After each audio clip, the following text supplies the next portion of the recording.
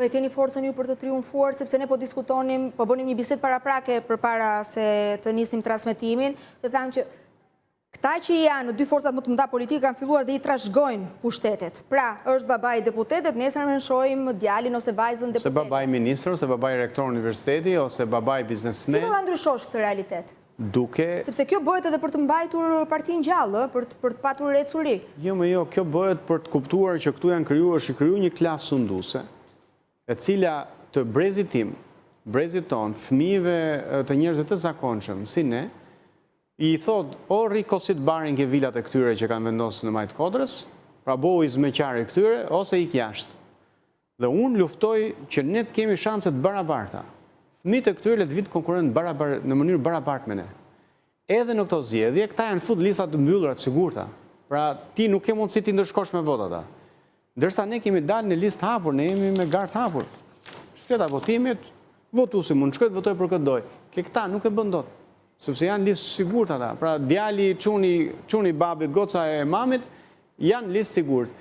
Tani nuk është vetëm aty, kjo është edhe në biznes. Po si e bëjmë ne atë? Ne kemi 6 reforma, të cilat ne synojmë të shturin... Biznes është shpejt normale? Jo, nuk është normale, sepse ku di ke një qeveri... Nëse unë krijoj një biznes suksesshëm, normalisht do ja trashëgoj të kaloj që ta çoj përpara fëmia im. Po, por nëse ti ke një biznes të suksesshëm që konkuron në mënyrë të pabarabartë me bizneset që krijon fëmia e një njeriu të zakonshëm, atë këtu është problemi, sepse ç'a ndodh? Fëmijët e oligarkëve kanë shtetin me vete. Shtetin që bën ligje vetëm për ta, shtetin që jep monopol, shtetin që shkon dhe sulmon biznesin e vogël ose biznesin konkurrent, ne këtë duam të luftojmë. Por ne duam të anullojmë 10 ligje, të cilat sipas Transparency International janë bërë me porosi. Pra i ka bërë dikush që ta vendosi veten në pozicion monopoli dhe asnjë tjetër mos ta konkurrojë. Këtë duam të thëmë ne. Pastaj fëmijët e këtyre të konkurrojnë me ne në biznes, totalisht dakord. Të konkurrojnë me ne në sport, totalisht dakord. Të konkurrojnë me ne në akademi. Po jo këta të kenë një privilegj që trashëgojnë në mënyrë të padrejtë, pa garë, pa konkurrim. Dhe ne këtë nuk e kemi vetëm me fjalë. Shiko se duhet ta theksoj këtë. Këto fjalë mund të dëgjosh kudo, mund të dëgjosh lart e poshtë. Ne e kemi me vepra. Unë personalisht ja kam thënë edhe zotit Qori disa ditë më parë kur e kisha një intervistë, çfarë keni kundër të pasurve? Atëherë, shiko, unë nuk kam... Nuk më tingëllon, domethënë, mirë që kjo lufta kundër të pasurve. Pse duhet? Se është merit edhe të jesh i pasur sot. Ta ndajmë, unë nuk kam asgjë kundër të pasurve, unë kam kundër hajdutëve. Pra, ne kemi çuar në SPAK oligark që kanë marrë toka publike me 1 euro. Pra, shqiptari punon, një çift punojnë 2 punë, 1 jetë, dhe nuk blen dot një shtëpi se ka shku 2000 euro metri katror. Ai në breg të detit merr 40 metra katror me 1 euro. Tani më fal, ky nuk është i pasur, ky është hajdut. Ky ka marrë një tokë publike që e kemi të gjithë. Me ato un kam problem të madh. Pastaj me bizneset ndershme, të cilët zgjohen 4 të mëngjesit, konkurrojnë, përpiqen, konkurrojnë nga jashtë, dalin dhe jashtë, shesin edhe janë suksesshëm edhe jashtë Shqipërie. Kanë edhe shtetin në kurriz, se i vjen taksidari, i ve gjoba, i sulen, si shushnja për të marrë lek, për ato unë kam një respekt maksimal. Thash, sepse i kam parë prindet e mi. Pra, nisën dukeshin në rrugë, morë një dyqan, u përpoqen dal nga dal, me një sakrifisë të jashtëzakonshme që të shkolloni fëmijët e vet. Unë kam respekt për të se e kam parë, e di çfarë do të thotë. Po për këta që na vjedhin e tjerëve dhe pastaj vendosin dhe ligje, vendosin dhe qeverinë avantazhin e tyre, pastaj thonë shiko se ne jemi të pasur, se jemi më të zotë se ju, do se besoj dot, sepse nuk janë të pasur për merit, janë të pasur për shkak të konjunkturave që kanë vendosur. Parimet e tua Endri qëndrojnë, por ka një problem tjetër, që nuk bëheni dot, ne themi që dy shqiptarë nuk i bën dot në një mendje. Mos harrojnë që sot kemi një opozit shumë të përçarë, edhe forcat e reja politike nuk është se kanë vullnet për të bërë bashkë, ka ndodhur koalicioni Nisma Shqipëria bëhet, por nuk është se kanë një vullnet për të bërë gjithë, sepse është dhe një luftë gjelash. Unë do doja të pyesja madje edhe se si ke raportet me zotin Lapaj. Ka një luftë për protagonizëm, sepse sidomos në politik është evidente dhe ndonjëherë të vjen dhe natyrshëm, duhet t'jesh patjetër të kesh një statur lideri. Pra, si do ta bësh Duke u nisur edhe nga intervista jo në fundit bashkë, mbaj mend shumë mirë që the edhe pas zgjedhjeve ne jemi të gatshëm të bashkëpunojmë me Partinë Socialiste pa Edi Ramën kryeministër. S'kam thënë, mos më Paka shumë. Atëherë, ta shpjegoj. Paka shumë, se nuk e mbaj mend të citoj tamam, por ka një keq kuptim këtu që lider është ai që i ngrihet mbi kokat e tjerëve edhe merr flamurin, domethënë e kontributit që kanë bërë gjithë. Unë nuk besoj kështu. Po të shohësh edhe kafshët e tjera, ka një qendër në Harvard që studion majmunët, shimpanzet, se si ndërtojnë raporte politike me njëri tjetrin. Leadership do thot kujdesje. Do thot lideri është ai që kujdeset për gjithë.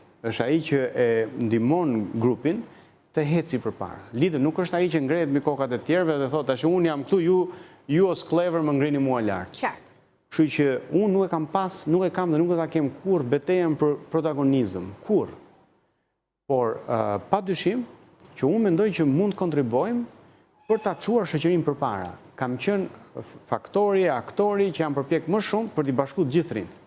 Ju e dini edhe nga kjo studio, nga goja ime, nuk kam shar kur asnjë nga të rinjt e tjerë. Kjo është vërtet. Ndërkohë që edhe nga kjo studio, nga të rinjt e tjerë janë përbaltur, madje edhe sulme personale, edhe tallje personale. Që do të thotë qartë as dallon kush ka hyrë për çfarë.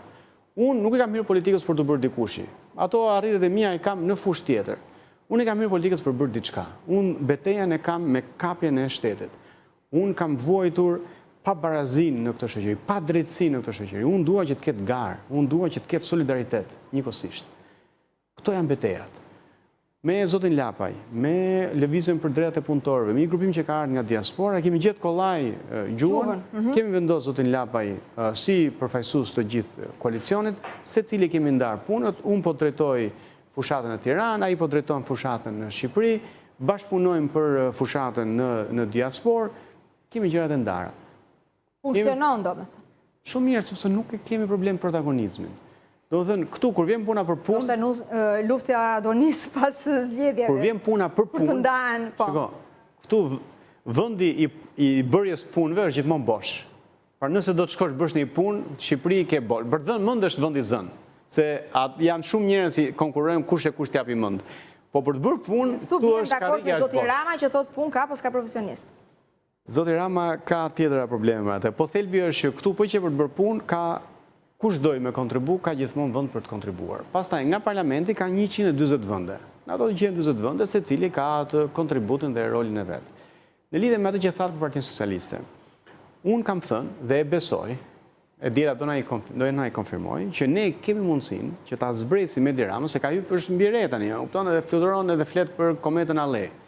Ta zbresim me këmbë në tokë. Unë e përmblodha pa dal nga konteksti. S'ka problem, duke e zbritur tek 69-ta. Pra që ai të mos ketë mundësi të qeverisë. Në këtë moment, që as Rama, as Berisha nuk qeverisin dot, ne kemi mundësinë që jo të faktorizohemi, ti largojmë, pra të japim Shqipërisë një qeveri të re. Pse?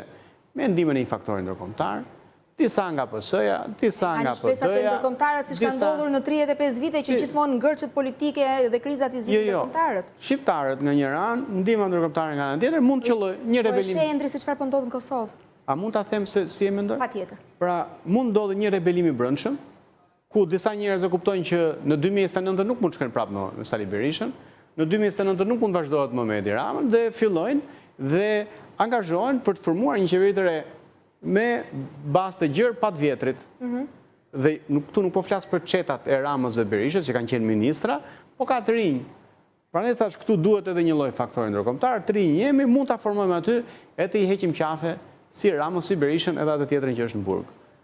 A është kjo një mundësi? Unë besoj që është një mundësi. Dhe ne do punojmë për këtë, jo me PS-n apo me PD-n, po me të rinj që rebelohen nga partitë e tyre dhe vinë për të formuar një qeveri të re. Siç kanë bërë pothuajse me të gjithë kandidatët, mesazhi i fundit me fjalë sa më të thjeshta. Ne e shpjeguam pak a shumë dhe ju ishit tejet i qartë në atë që ofronin në alternativën tuaj. Me fjalë sa më të thjeshta që të krijojnë impakt edhe tek ai qytetar që ndoshta nuk ka asnjë interes për të dalë të dielën dhe të votojë. Koha do jetë shumë e mirë të dielën, mund zgjedh shkojë në plazh dhe nuk i intereson fare. Nëse dikush po na ndjek, unë do doja t'i bëja thirrje që të dielën ne kemi mundësi të ndahemi një herë e mirë nga e shkuara dhe të nisim një rrugë të re për hir të brezit të ri, të cilët meritojnë ta shohin të armën e tyre këtu, në shtëpinë e vet. Dhe këtë ndarje të pastër dhe të plot nga e shkuara e përfaqëson Nisma Shqipëria bëhet, e cila e para ka treguar qëndrueshmëri, sepse nuk është dorëzuar, ka filluar këto betejë që në 2021, në 2023, jemi këtu, do të jemi prapë këtu. E dyta, ka treguar guxim për të përballur me klasën e vjetër politike, duke i çuar në SPAK, por kjo nuk mjafton, ne duhet ta përmbyllim këtë mision duke hyrë në parlament dhe përmes komisioneve hetimore, përmes projektligjeve të ndryshme, të rikthejmë çdo qindar që është vjedh populli shqiptar. Nëse do që Shqipëria të ecë përpara, duhet mos ta kthejmë kokën mbrapa, por të votojmë, të japim një shans të rive në parlament dhe nga parlamenti të krijojmë kushte që të japim shanse të rive në çdo fushë të jetës. Të falenderoj shumë për prezencën, për të gjitha opinionet, informacionet, edhe mesazhin që unë jap shumë mirënjohës për hapësirën, edhe për gjithë kontributin që ju personalisht jepni përmes kësaj drejtare. Faleminderit, shumë suksese të gjithë. Faleminderit. Do të kalojmë në një hapësirë të shkurtër publicitare, rikthehemi vetëm pas pak në Breaking.